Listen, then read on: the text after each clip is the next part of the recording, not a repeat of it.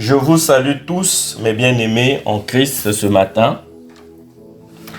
Vous qui êtes venus adorer votre Dieu ce matin, vous qui avez abandonné vos occupations pour vous consacrer à votre Dieu ce matin, tous, nous sommes de ceux-là et nous rendons grâce à notre Dieu de ce que ce matin, il est là au milieu de nous, il est là au cœur de nos vies et il va encore une fois se révéler dans sa parole. La parole de Dieu est notre nourriture quotidienne. La parole de Dieu est la puissance même de Dieu qui vient pour accomplir sa volonté dans nos vies.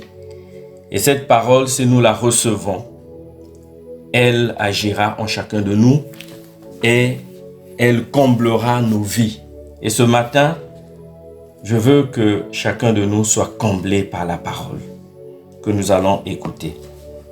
Nous sommes toujours dans notre thème de la semaine dernière sur la nécessité pour nous de combattre le bon combat, le combat de la foi. Notre thème, c'est donc le bon combat de la foi. Ce thème, nous l'avons commencé la semaine dernière. Et dans la première partie, nous avons vu que il était nécessaire pour les enfants de Dieu de livrer bataille contre l'adversaire qui se manifestait de plusieurs manières pour combattre notre foi et que notre devoir, c'était de combattre le bon combat de la foi, autrement dit, de résister dans un premier temps à l'adversaire par une foi ferme, de garder la foi contre toute épreuve.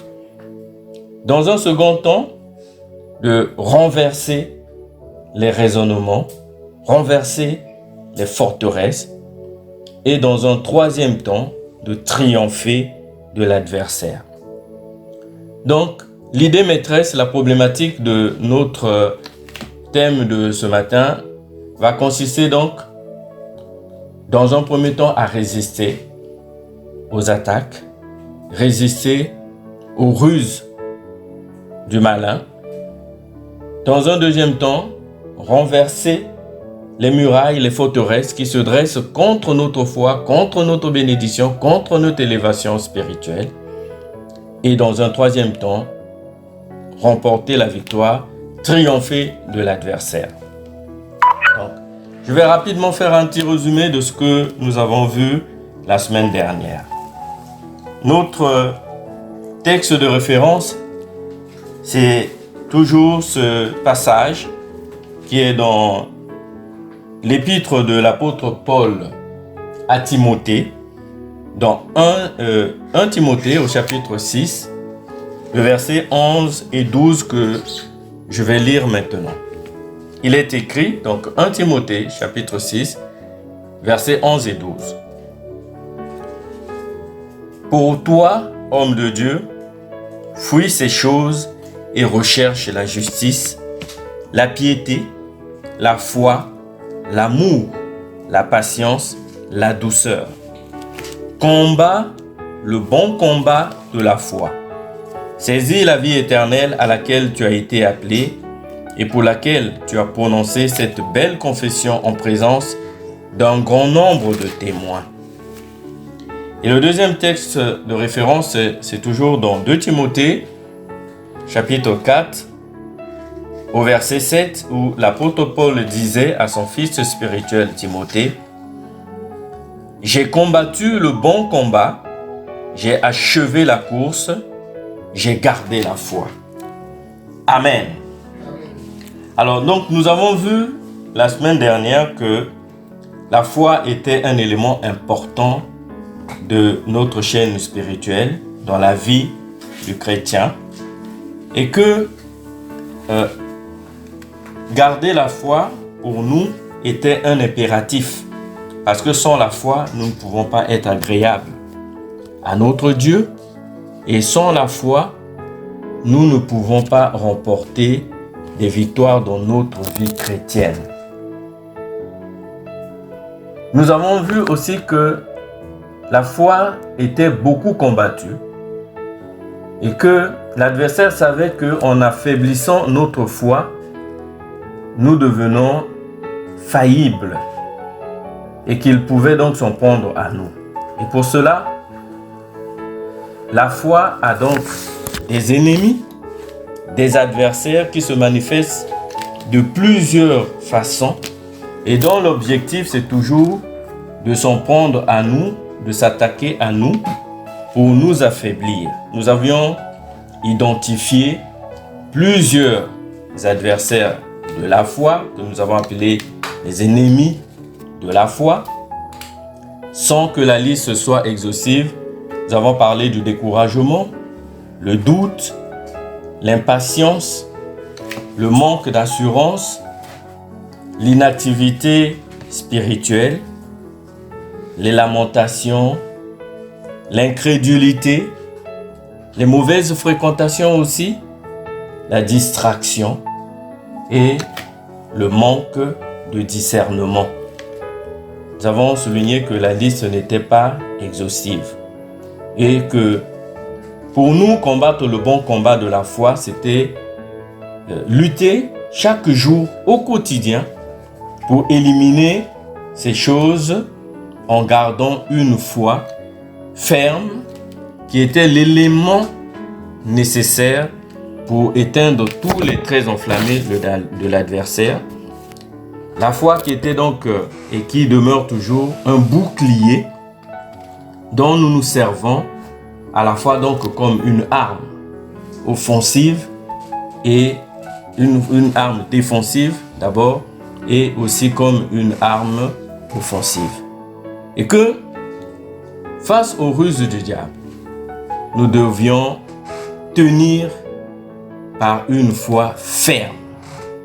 Nous devons donc avoir et développer chacun de nous des techniques pour pouvoir résister aux attaques et que le combat de la foi ne se situait pas sur le terrain charnel, mais plutôt sur le terrain spirituel. D'abord, pour cela, nous avons eu une illustration à partir du combat que les enfants d'Israël avaient mené dans le désert à Rephidim, lorsque, après leur sortie de l'Égypte, ils avaient affronté Madian qui était venu donc les combattre et que Moïse avait choisi de se tenir sur la montagne avec Our et Aaron le soutenant et que Josué lui, pendant que ce temps que Jésus combattait dans la vallée, il combattait Amalek. J'ai dit Madian, c'était Amalek. Donc, bien aimé, c'était une illustration pour dire que le combat du chrétien, le combat essentiel du chrétien, quelles que soient les ruses de l'adversaire, consiste d'abord à garder la foi à toute épreuve. Et pour garder la foi à toute épreuve, il fallait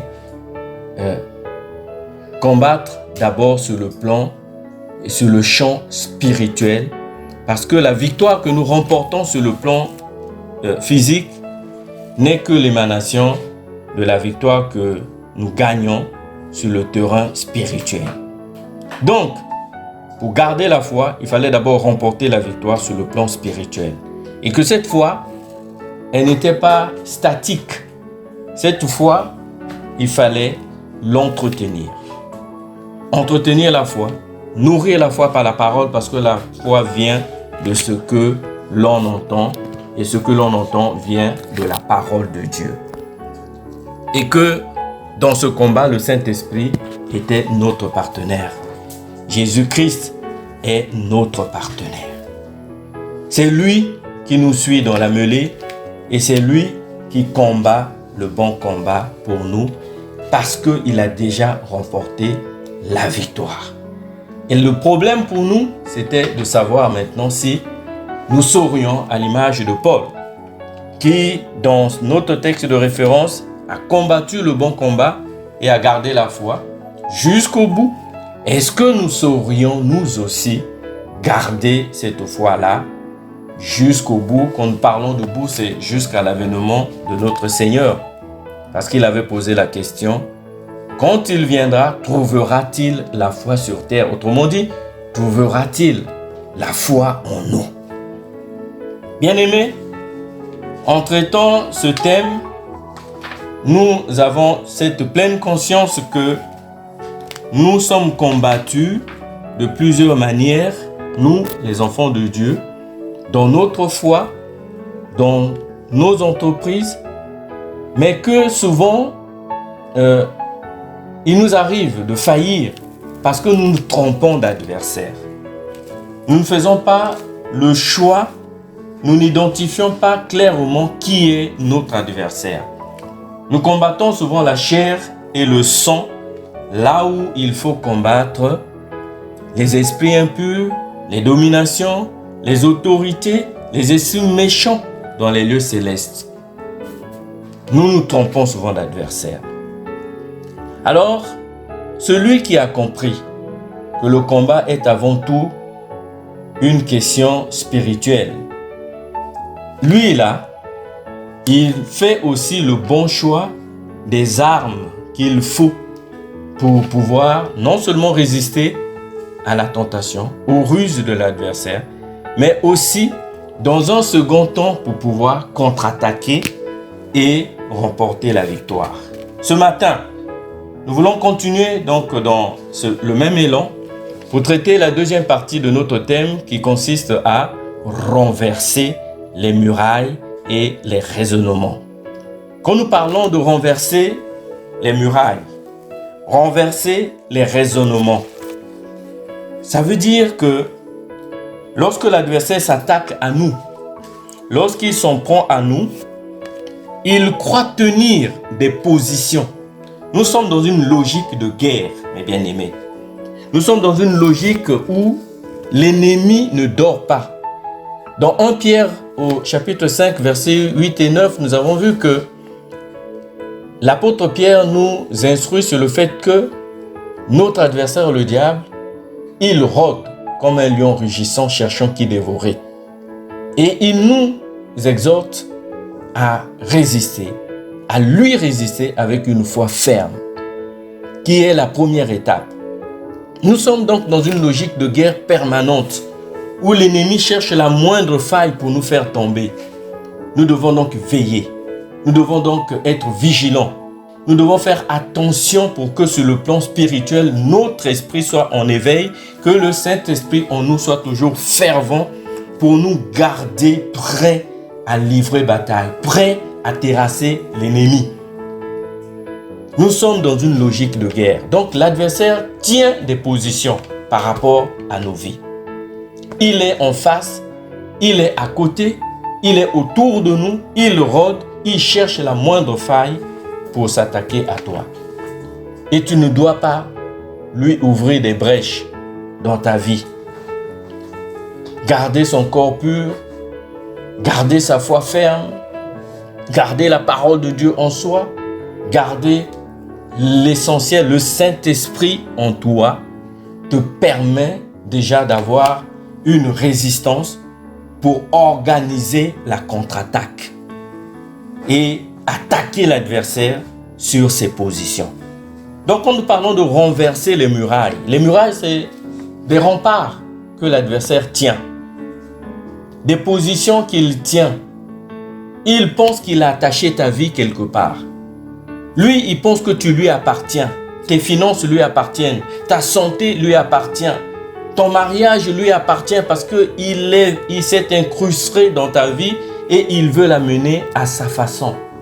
Et toi, ton problème, ça va être maintenant t'attaquer aux positions de l'adversaire pour les renverser, pour changer le rapport de force, inverser le rapport de force pour qu'il te devienne favorable. Donc renverser, c'est quoi? Ça veut dire que quand l'adversaire s'en prend à toi, il t'inflige par exemple une maladie, il t'inflige une infirmité. Lui, il pense que le rapport de force est en sa faveur. Il te tient, tu es comme un cabri, un mouton, qu'on tient, qui est attaché quelque part. Il ne te lâche pas. Tu es une proie à sa portée. Et toi, il te faut inverser les rôles. Il faut que tu changes le rapport de force pour que toi, tu prennes le dessus sur l'adversaire. Parce que nous sommes dans une logique de combat, une logique de guerre, mes bien-aimés. Si tu ne renverses pas d'abord le rapport de force, tu ne peux pas contre-attaquer, tu ne peux pas changer les circonstances pour qu'elles te deviennent favorables. Donc, dans un premier temps, il te faut bien identifier qui est ton adversaire. Qui sont les ennemis de ta foi? Qui sont les ennemis de ta vie? Et là aussi, il ne faut pas se tromper de terrain. Le terrain sur lequel tu dois combattre, c'est d'abord et avant tout le terrain spirituel. Parce que contre la chair et le sang, tu ne pourras rien, mon bien-aimé. Mais sur le plan spirituel, tu as l'avantage du terrain. Parce que tu as donné ta vie à Jésus et que ta vie est cachée en Christ Jésus dans les lieux célestes. Et Jésus, c'est celui qui a triomphé de tous les combats. C'est celui qui a pris définitivement l'avantage sur l'adversaire. Et cette victoire-là, il te la donne. Alors, donc c'est à toi maintenant de t'en approprier. Et c'est à toi d'identifier d'abord donc qui est ton adversaire. Une fois que tu as identifié l'adversaire, puisque nous sommes dans une logique de guerre, il te faut maintenant faire le choix des armes pour le combattre. Pour renverser les murailles. Pour renverser les positions de l'adversaire. Il faut faire le choix des armes. Le bon choix des armes. Pourquoi? Parce que nous combattons sur le plan spirituel d'abord. L'apôtre Paul a dit aux Corinthiens, nous allons le lire ensemble dans 2 Corinthiens chapitre 10. Prenons nos Bibles, chapitre 10, 2 Corinthiens, la deuxième épître de Paul aux Corinthiens au chapitre 10. Nous allons lire à partir du verset 3. Il est écrit, « Si nous marchons dans la chair, nous ne combattons pas selon la chair, car les armes avec lesquelles nous combattons ne sont pas charnelles, mais elles sont puissantes devant Dieu pour renverser les forteresses. Nous renversons les raisonnements et toute hauteur qui s'élève contre la connaissance de Dieu et nous amenons toute pensée captive à l'obéissance au Christ. » Amen. Amen. Amen. Bien-aimés, comprenons par là que le choix des armes est très important. Si tu choisis des armes charnelles, là où le combat est spirituel, l'échec est garanti pour toi. Tu n'as pas compris qui est ton adversaire et tu n'as pas fait le bon choix des armes. Le combat est spirituel, choisis des armes spirituelles. Même si nous marchons dans la chair, mais nous ne combattons pas selon la chair. Et nous ne combattons pas la chair et le sang. Mais nous combattons les esprits méchants, les esprits impurs, les dominations, les mauvais comportements. Voilà, c'est cela que nous devons combattre. Mais ce n'est pas notre frère, ce n'est pas notre soeur, ce n'est pas notre semblable, notre prochain. Et le choix des armes ici est important parce que il est question pour nous non seulement de renverser les raisonnements, les forteresses, mais il est aussi question pour nous d'amener toute pensée captive à l'obéissance à Christ. Parce que nous combattons avec Christ en nous et toute langue qui s'élève contre nous doit être convaincue de méchanceté et nous devons prendre le dessus sur tout esprit impur qui vient contre notre vie. Et tout genou doit fléchir devant Jésus-Christ qui est en nous. Et toute langue doit confesser que Jésus-Christ est Seigneur, qu'il est notre Seigneur, qu'il est aussi le Seigneur de notre adversaire. Voilà pourquoi nous devons ramener toute pensée captive à l'obéissance à Christ. Nous devons soumettre notre adversaire. Nous devons soumettre toutes ces pensées-là à l'obéissance à Christ. Lorsque nous sommes tenus par la maladie, lorsque nous sommes tenus par le péché, lorsque nous sommes tenus par des mauvais comportements qui n'honorent pas notre Dieu, nous sommes comme des esclaves. Et nous devons mettre un terme à cet esclavage-là. Et tout cela passe d'abord par le renversement de la pensée aussi. Renversement des murailles, parce qu'il y a des murailles qui se sont dressées dans nos vies. Il y a des forteresses qui se sont dressées dans nos vies, qui nous rendent, victimes, qui font que nous sommes pas victorieux. Nous sommes perdants dans les batailles parce que l'adversaire croit tenir des positions fortes par rapport à nous.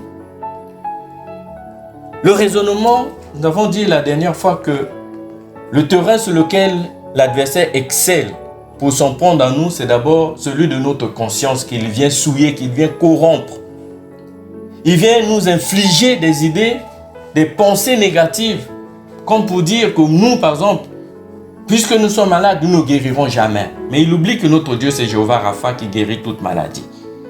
Il va nous dire que nous sommes pauvres et que nous ne réussirons jamais, nous n'émergerons jamais, nous ne décollerons jamais, nous ne serons jamais dans l'abondance. Mais il oublie que l'or et l'argent appartiennent à notre Dieu qui est en nous et que nous sommes les enfants du roi des rois et que tout cela est à nous.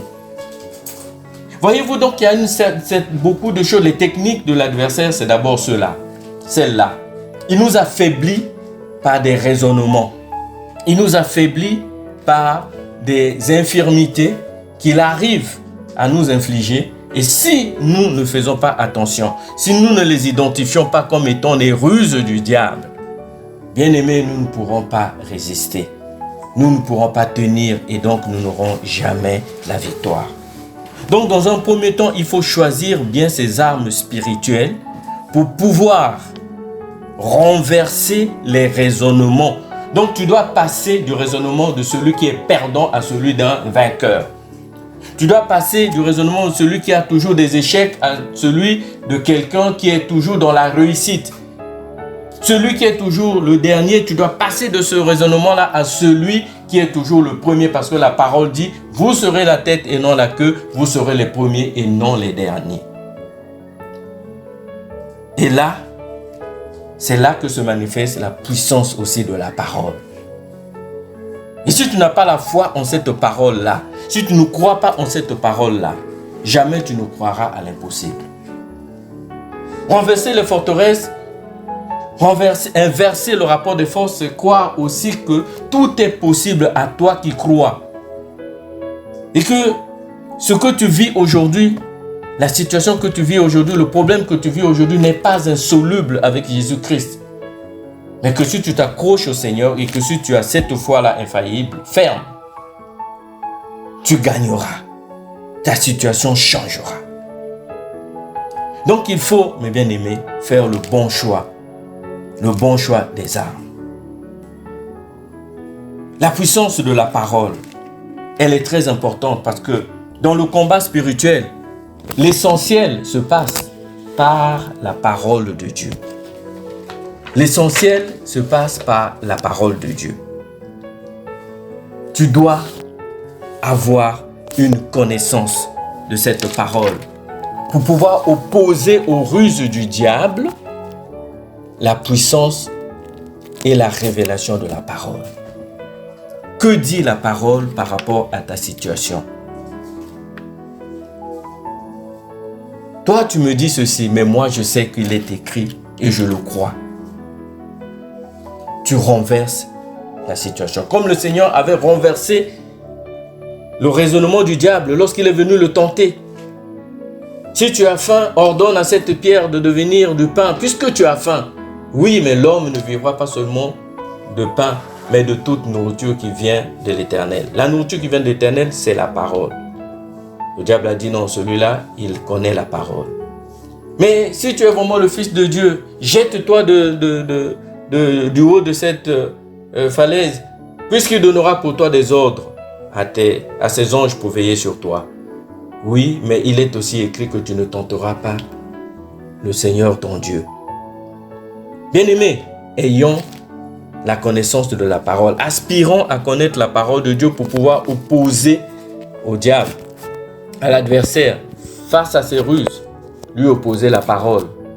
Parce que quand le diable sait que nous avons une connaissance de la parole et que cette parole est en nous, il fuit loin de nous. C'est par la parole que nous pouvons lui résister. Et c'est aussi par la parole que nous pouvons combattre par la suite, après avoir résisté, et après avoir renversé les positions, que nous pouvons par la suite contre-attaquer. Mais fais le bon choix des armes. L'apôtre Paul nous a donné une indication de ce que c'est que les armes spirituelles du chrétien. Je pense que ce passage, nous le connaissons tous dans le livre d'Éphésiens, au chapitre 6, lorsqu'il dit que revêtez-vous de toutes les armes de Dieu afin de pouvoir tenir ferme contre les manœuvres du diable. Nous avons besoin de revêtir les armes de Dieu. Et ces armes, elles sont nombreuses. Il nous en donne une toute petite illustration au verset 14. À partir du verset 13, quand il dit, c'est pourquoi prenez toutes les armes de Dieu afin de pouvoir résister dans les mauvais jours et tenir ferme après avoir tout surmonté. Au verset 14, tenez donc ferme. Ayez à vos reins la vérité pour ceinture. Revêtez la cuirasse de la justice. Mettez pour chaussures à vos pieds les bonnes dispositions que donne l'évangile de paix. Prenez en toutes circonstances le bouclier de la foi avec lequel vous pourrez éteindre tous les traits enflammés du malin. Prenez aussi le casque du salut et l'épée de l'esprit, qui est la parole de Dieu. Verset 18. Priez en tout temps par l'esprit et avec toutes sortes de prières et de supplications. Veillez-y avec persévérance, priez pour les saints. Voici rapidement énuméré une panoplie des armes spirituelles nécessaires et indispensables, non seulement pour résister au malin par une foi ferme, mais aussi pour contrecarrer les coups du diable et à l'attaquer sur ses positions. Bien-aimés, ces armes ne sont pas exhaustives. Nous pouvons en trouver d'autres. L'apôtre Paul, quand il parlait à Timothée, dans le texte que nous venons de lire, dans 1 Timothée, chapitre 6, versets 11 et 12, a évoqué la justice, la piété, la foi, l'amour, la patience, la douceur. Ce sont là tous des armes spirituelles qui nous permettent de résister aux tentations du diable et de combattre pour garder notre foi. Combattre pour la victoire. Ce que l'apôtre Paul décrit ici dans le texte que nous avons lu dans Éphésiens, ce sont des instruments de guerre. Lorsque on les a, cela constitue pour nous une sorte d'armature pour le soldat. Nous sommes dans la logique de guerre et celui qui va au combat se doit toujours d'avoir des protections, à la fois donc pour se défendre et aussi des armes pour attaquer. Et la foi, c'est l'arme par excellence qui a une vocation à la fois défensive et une vocation aussi offensive. Se défendre et pouvoir attaquer. Combattre, le bon combat de la foi pour nous, c'est faire le choix de ces armes spirituelles-là. Le temps ne nous permet pas de les détailler et de développer chaque arme et sa manière, l'importance de chaque arme et la capacité de chaque arme, non seulement à nous défendre, mais à aussi attaquer les positions de l'adversaire et nous donner la victoire. Mais cela, nous pourrons toujours le faire prochainement dans d'autres prédications, dans d'autres enseignements. Mais ici, lorsque nous combattons pour garder notre foi, mes bien-aimés, nous devons comprendre que le combat étant spirituel, nous devons combattre non par la vue, mais par la foi. Nous devons utiliser la puissance de la parole. Mon bien-aimé, utilise la puissance de la parole que Dieu a mise à ta disposition. La parole de Dieu est puissante pour te donner la victoire. Si tu la gardes en toi et si tu agis par rapport à cette parole. Ne regarde pas la taille de ton problème. Ne regarde pas la nature de ton problème. Plus ton problème est grand, plus il constitue aussi une cible facile à atteindre. Ne recule pas. Ne prête pas le front à l'adversaire. Ne te retourne pas. Avance et recule. Ne recule pas. Ne recule pas, mon bien-aimé. Ne te dis pas que mon problème est grand. Ne tremble pas devant l'adversaire. Lorsque Josué avait pris la succession de Moïse pour conduire le peuple d'Israël, à un moment, il avait eu peur. Il était même découragé parce que quand il a regardé la taille de la mission, la difficulté de la mission, il avait perdu un peu courage. Le Seigneur lui est apparu pour lui dire, Josué, ne t'ai-je pas dit, fortifie-toi, prends courage. Ne t'effraie pas. Ce matin, je veux pouvoir dire à un enfant de Dieu, toi aussi, quelle que soit la situation que tu vis, quel que soit le problème qui mine ta vie, ne recule pas. Prends conscience que tu as des armes spirituelles pour combattre et remporter la victoire. Saisis-toi de ces armes-là et avance dans le combat. Sois un vaillant soldat comme Gédéon. Sois un vaillant soldat comme Josué. C'est alors que tu pourras triompher. C'est alors que tu pourras entrer en possession de la victoire et des promesses que Dieu a faites pour toi. Tu triompheras parce que tu ne combats pas seul. Tu garderas la foi jusqu'au bout. Parce que le Seigneur lui-même sera là pour te fortifier. Comme en son temps, il avait fortifié David face à Goliath. Imaginez un peu la taille de Goliath face au petit David. Cette histoire, ce témoignage, nous le connaissons tous. David qui a vaincu Goliath. Même les enfants connaissent cette histoire. Lorsqu'on parle de David et Goliath, c'est très symbolique. Tout le monde sait ce que David a fait face à Goliath. Mais David, pour remporter cette victoire-là face à Goliath, il a combattu d'abord sur le plan spirituel. David a remporté la victoire d'abord sur le plan spirituel. Et la victoire, la manifestation de cette victoire par le terrassement de Goliath n'est que le résultat de ce qu'il a remporté d'abord sur le plan spirituel. Parce que David avait compris que le combat, il était avant tout spirituel.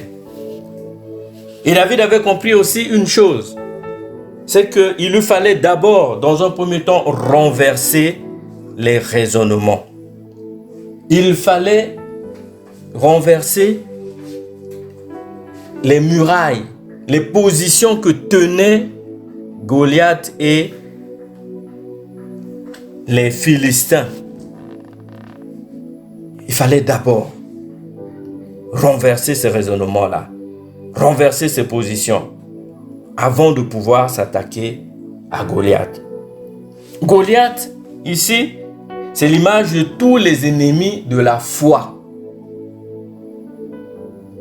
Goliath, c'est l'image de tous les ennemis de ta vie, mes bien-aimés. Goliath, c'est l'image du malin qui se dresse toujours pour chercher à te décourager dans un premier temps, pour chercher à te faire perdre ta foi. Mais lorsque tu sais lui résister, lorsque tu choisis les bonnes armes pour lui tenir tête, lorsque tu choisis la foi pour lui résister fermement, il perd toute sa puissance. Et la victoire bascule de ton côté. Parce que la foi vient changer les circonstances du combat. Jésus-Christ, qui est la parole, il vient inverser le rapport de force en ta faveur. Et sa parole, qui est en toi, elle produit cette foi-là qui est l'élément indispensable pour te donner la victoire. Bien-aimés, je pense que nous connaissons tous l'histoire de David face à Goliath. Pour mémoire, souvenons-nous simplement que Goliath et les Philistins étaient venus combattre les enfants d'Israël, qui étaient conduits par Saoul, qui était à la tête de l'armée d'Israël.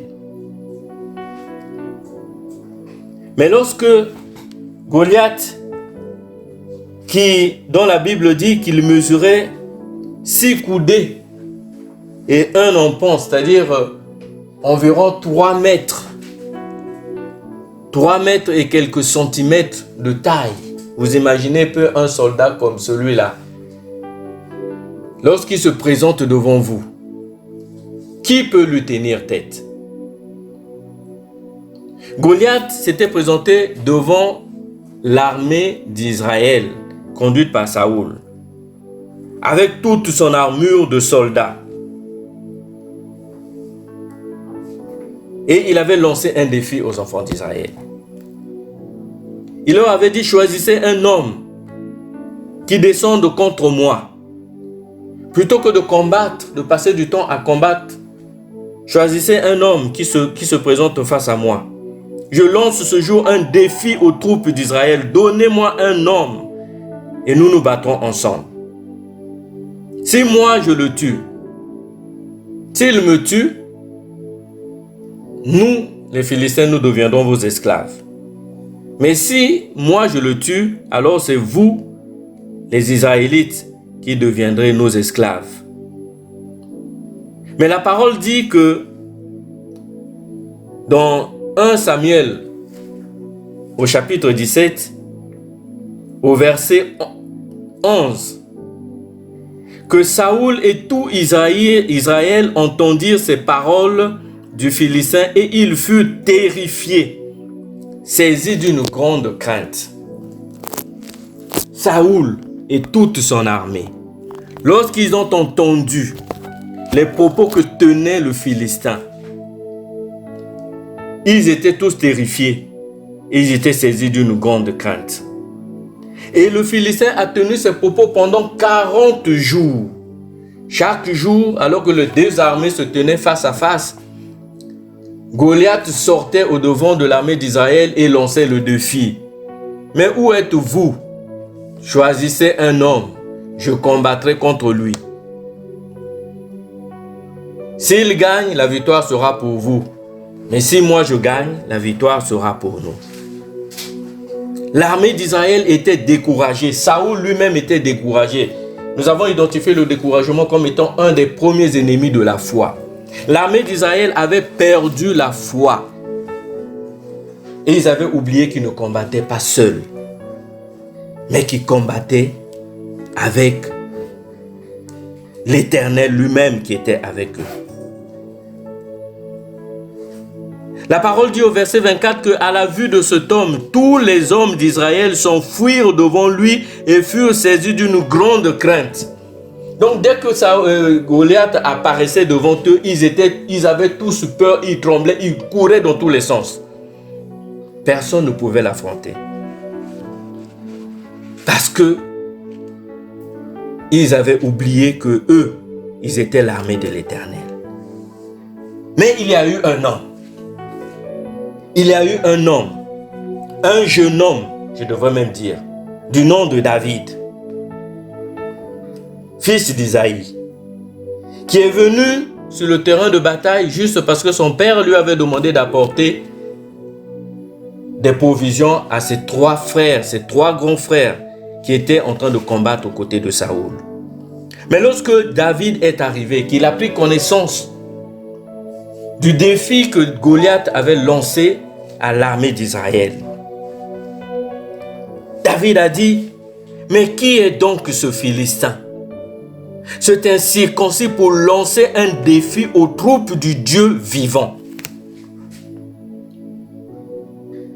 Voyez un peu le processus de la foi, comment il se manifeste en David.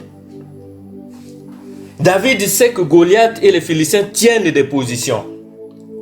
Mais il vient déjà par la parole pour renverser déjà les raisonnements, pour renverser les forteresses, pour renverser les positions que tiennent les Israélites et les Philistins et Goliath face aux troupes du Dieu vivant.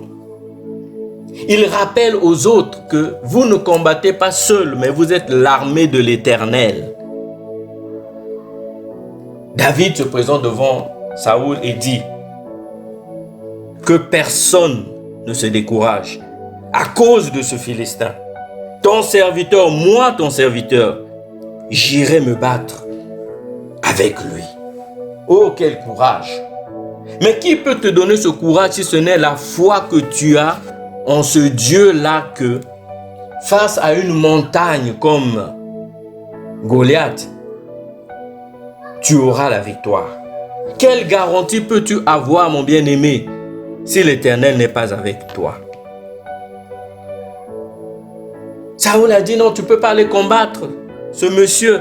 Tu ne peux pas le combattre celui-là parce que c'est un homme de guerre depuis sa jeunesse.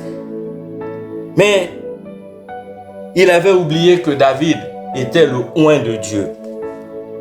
Parce que ce David-là qui se présente devant Goliath ce jour-là, c'est le même David que le prophète Samuel avait déjà oint lorsque l'Éternel avait prophétisé que Saoul avait perdu la royauté. Le prophète Samuel s'était présenté devant les enfants, devant Isaïe, et avait oint David comme le futur roi d'Israël devant ses frères. Le jeune David qui était le dernier de la fratrie de Isaïe. C'est ce même David-là qui s'est mis au service de Saoul lorsque Saoul était visité par un esprit qui le tourmentait. Le même David qui jouait sa harpe et qui calmait Saoul. Ce même David donc qui avait déjà l'onction royale en lui, qui avait déjà reçu l'onction de la royauté, mais qui est resté des années et des années au service de Saoul. Voyez un peu aussi la patience de cet homme. Il savait qu'il était déjà oint, qu'il avait l'onction comme futur roi d'Israël, mais il est resté humblement au service de Saoul. Moi, si vous me donnez l'onction aujourd'hui, là, que je suis le futur président du Congo, je ne vais pas attendre même pas un mois pour agir. Je vais faire un coup d'État. Amen. Je ne vais pas attendre comme David a attendu. Mais David a attendu auprès de Saoul. Et ce n'est que lorsque Saoul est parti à la guerre que David est reparti auprès de son père parce que ses frères étaient partis en guerre. Aux côtés de Saoul, David est reparti pour s'occuper du troupeau de son père. Et c'est ce même David-là qui revient aux côtés de Saoul pour encourager l'armée d'Israël, pour renverser les murailles, pour renverser les raisonnements, pour leur dire, prenez courage, ne perdez pas la foi, le combat n'est pas perdu, nous allons battre ce monsieur-là, nous allons battre cette armée-là, moi David, j'irai combattre contre lui. Oh, quel courage! Saoul a dit, va, et que l'Éternel soit avec toi. Mais nous avons parlé tout à l'heure du choix des armes. Et c'est là l'objet de notre propos ce matin. Il fallait donc des armes à David pour aller combattre Goliath. Il fallait faire le bon choix des armes. Et Saoul va trouver bon d'habiller David par ses armes, par son armure. Pour que David puisse combattre Goliath, Saoul lui a mis son casque, il lui a mis son épée, il lui a donné ses armes. Mais il avait oublié que pour combattre Goliath, pour combattre l'ennemi, nous n'avons pas besoin d'emprunter les armes des autres, mes bien-aimés. L'Éternel met à notre disposition les armes dont nous avons besoin pour combattre l'adversaire. Ce sont d'abord les armes de Dieu, mais lorsqu'il les met à notre disposition, elles deviennent nos armes à nous. David a dit, je ne peux pas. Il a essayé de marcher, il n'est pas arrivé. Il dit, Saoul, je ne peux pas aller combattre Goliath avec ses armes. Mais je dois le combattre avec mes propres armes à moi. Pas avec les armes des autres. Pas avec tes armes à toi. Dieu a mis à ma disposition les armes dont j'ai besoin pour terrasser l'adversaire. Oh, je vais te demander à un enfant de Dieu ce matin. Quelles sont les armes dont tu disposes toi ce matin pour combattre l'adversaire? Qu'as-tu entre tes mains, mon bien-aimé? Qu'as-tu en toi, dans ton cœur? Qu'as-tu? Quelles sont les armes dont tu disposes? Combattras-tu avec les armes d'emprunt ou d'abord avec les armes que Dieu met à ta disposition?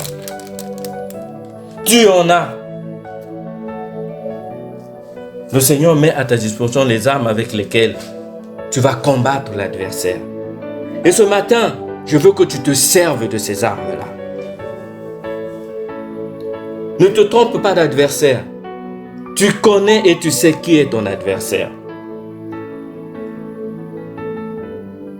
David avait fait le choix des armes que Dieu avait mis à sa disposition. La parole dit au verset 40, 1 Samuel, chapitre 17, verset 40. Il prit en main son bâton. Il choisit 5 pierres polies du torrent et les mit dans sa gibecière de berger et dans sa poche. Puis, sa fronde à la main, il s'avança contre le Philistin. David a choisi son bâton de berger. David a choisi 5 pierres polies du torrent.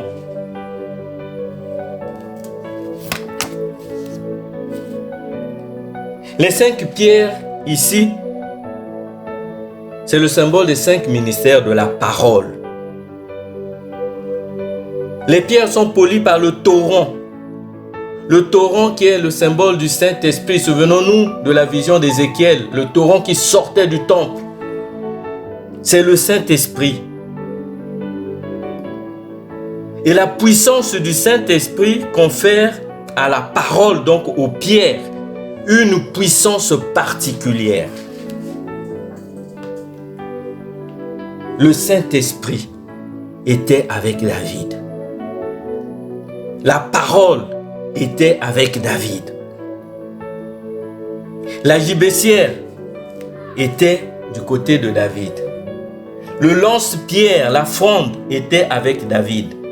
Il fallait trouver le moyen donc d'envoyer la parole pour que cette parole-là produise son effet, pour que cette parole-là touche la cible et que cette parole non seulement renverse le raisonnement, mais que cette parole-là remporte la victoire.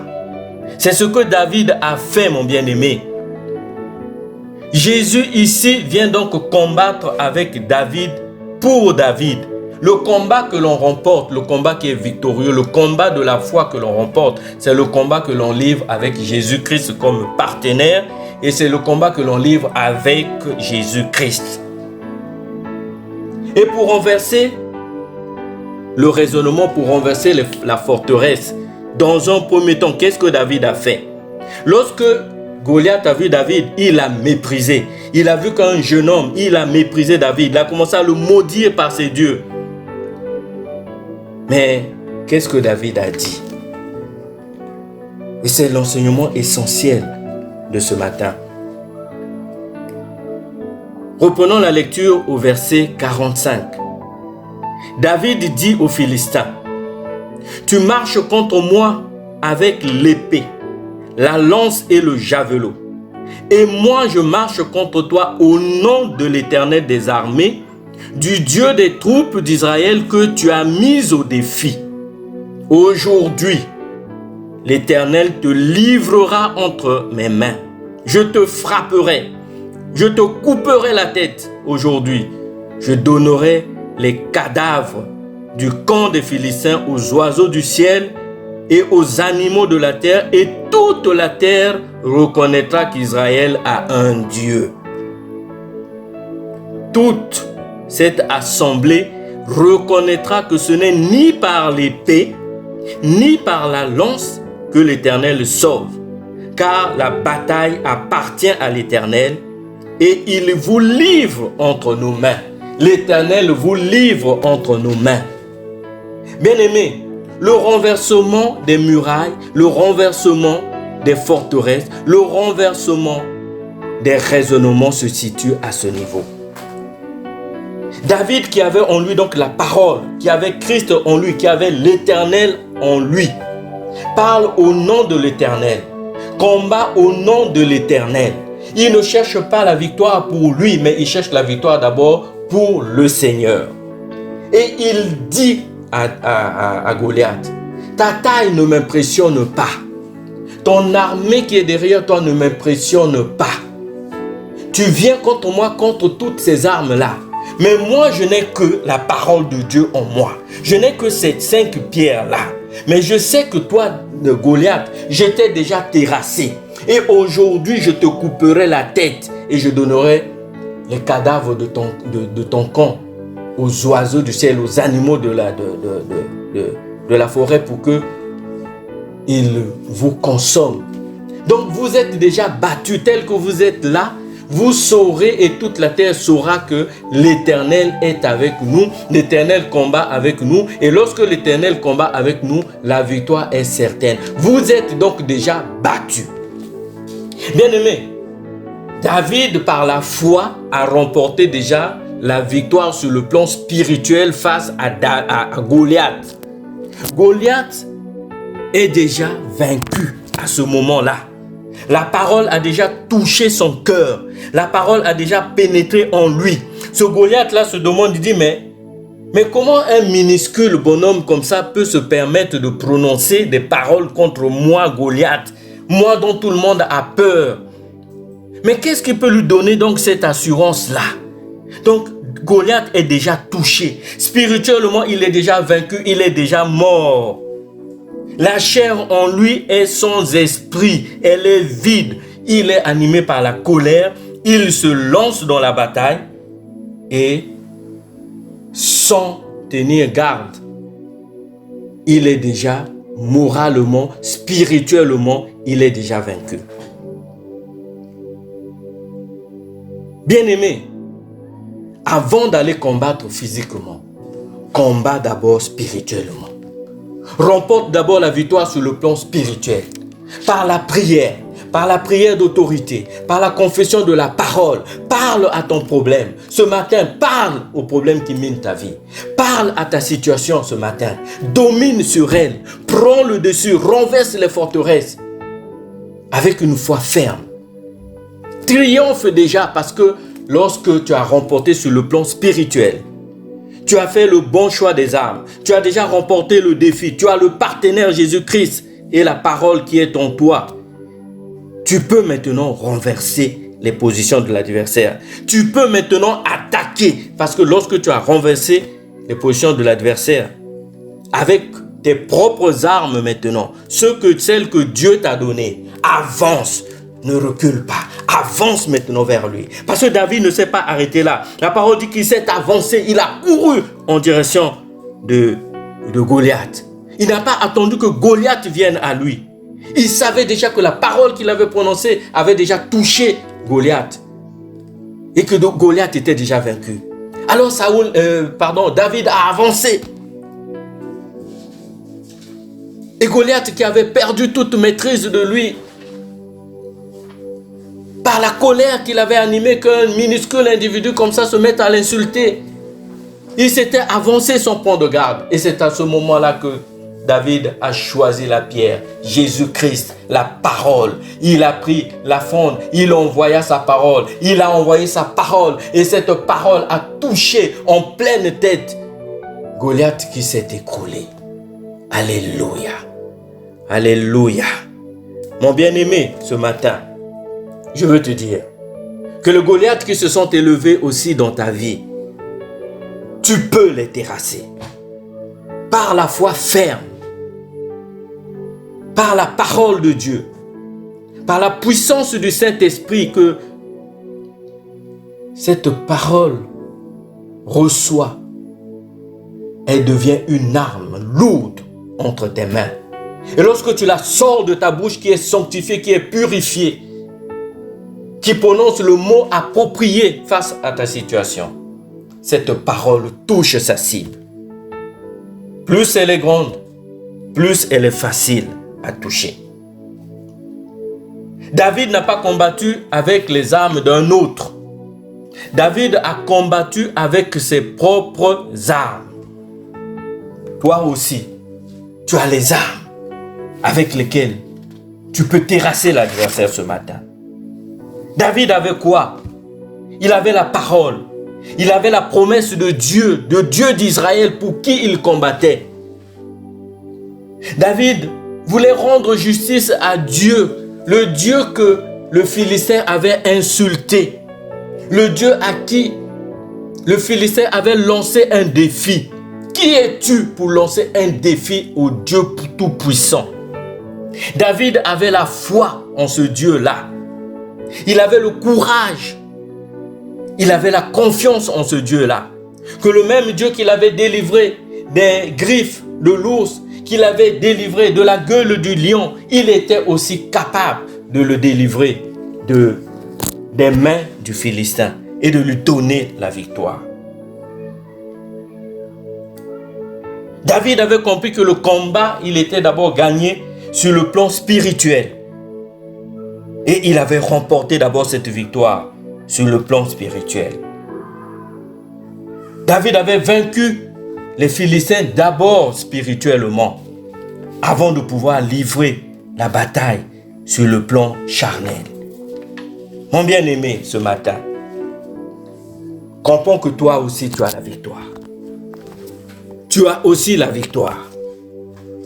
Comprends que toi aussi, tu dois proclamer ta foi en Jésus-Christ.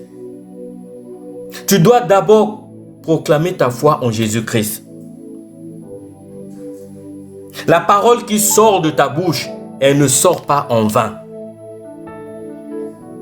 Elle est une parole puissante. Mais si tu combats le bon combat de la foi, et si tu le fais au nom de Jésus-Christ, Dieu t'a forgé les armes. Ils viendront contre toi par un chemin, mais ils fuiront par cet chemin. Tu les vaincras au nom de Jésus. Tu vaincras au nom de l'Éternel. avec les armes que Dieu a mises à ta disposition. Mais pour cela, choisis de combattre le bon combat. Celui de la foi en Jésus-Christ. Celui de la foi en sa parole. La victoire pour toi, elle est garantie dès lors que tu combats pour Christ et pour Christ. Mais pas lorsque tu combats, lorsque tu livres un combat inutile. Un combat pour lequel le Seigneur ne se glorifie pas. Ce matin, mon bien-aimé,